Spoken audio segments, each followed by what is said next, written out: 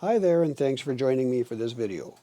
Some time ago, a firmware update came out for the Boss RC600 LoopStation, and at that time we made a video showing you how to download the update. It's a zip file, and so you have to unzip it and take the files out of that you need and transfer the files inside the zip file into the RC600. Anyway, many people have successfully done their firmware updates, but a few people are not happy with the new version, and so they wanted to revert back to an older version. And that's fine if you have the older files on hand, because you can't download older versions of the firmware from the Boss website. Anyway, to find out what you have in your machine, hold down Menu and turn on the power, and you'll see I have version 1.3 in my LoopStation. You can't exit this screen any other way than by turning off the power. So shut it down, and now we're going to start the firmware downgrade process. It's the same way as you do the upgrade process. Just hold down Exit, turn on that power again, and you'll hear Windows chime in. And there you go. Windows now acknowledges that something is here. And let's go over to the desktop and see what we have. Now, actually going back to the RC briefly, it says connected, and that's all you're going to see here. It doesn't change through this whole process. So just ignore that. Go over to your desktop now, and you'll see I have a couple of File Explorer windows open, and on this side, I'm looking at my PC. There is an icon for the RC600. If I look inside, there's the roll-in folder. Let's leave it at that. We're going to leave that here so you see RC600. You'll also see it on this side. And, of course, clicking on it here, you'll see the contents of it again. So let's just keep it on that screen.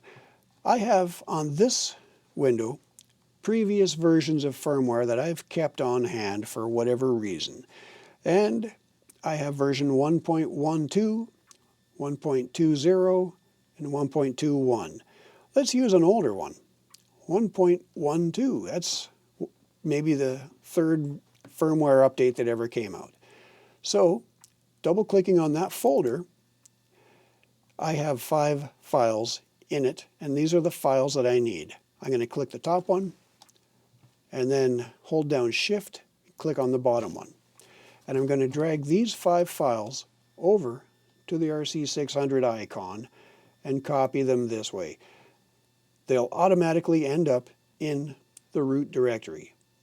And if I now click again on that icon, I can see the roll-in folder, and here's those 5 files. So we've got them. We are ready to go.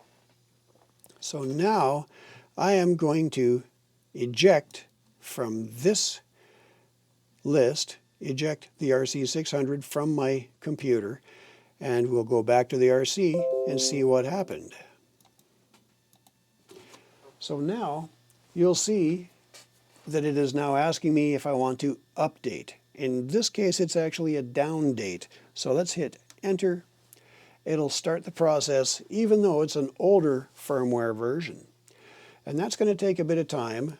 There's nothing we can do. We just have to wait.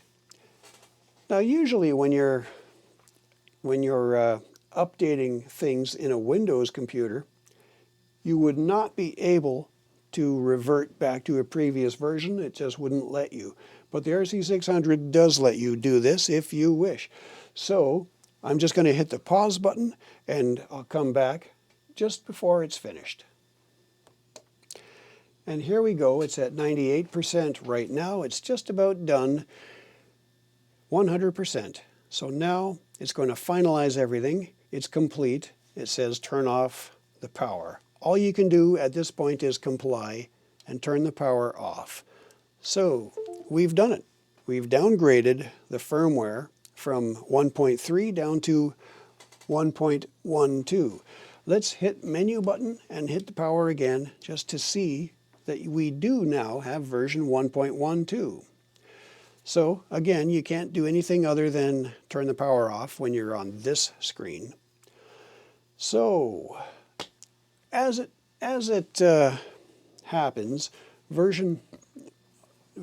versions of firmware that have come out have added some extra features that didn't exist in this previous version. And so the configuration files for all the different memories and the global settings and whatnot may have some entries that don't even exist in this firmware.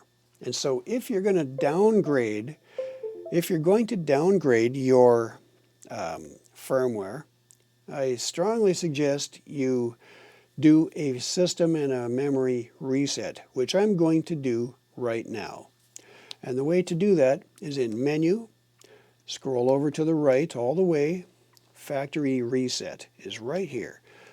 Now you've got some choices. You can either just erase all the memories, the 99 memories, or I can erase all of the system settings. That would be global and configuration settings, I believe, or both.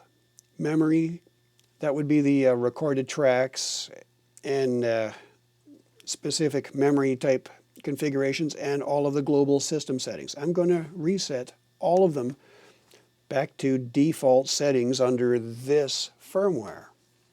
So now I would safely be able to start looping again in this 1.12 firmware environment. And we'll double check that in just a second. It's going to take a moment or two to erase everything that I had and reset its default settings. All you can do is wait, and hopefully it won't be too long.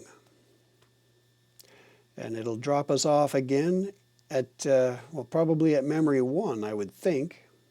We shall see. Yes, so there we go. I'm at memory 1. It's got no memory of having been at number 30, which is where I just was. So everything's cleared, everything's gone. Everything is at factory default settings, just like when I opened up the box when it was new.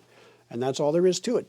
Let's power it down, and in the next video I'm going to go back to 1.13 and continue from there with a completely clean setup and show you how I set up my LoopStation. Have a great day. Bye now.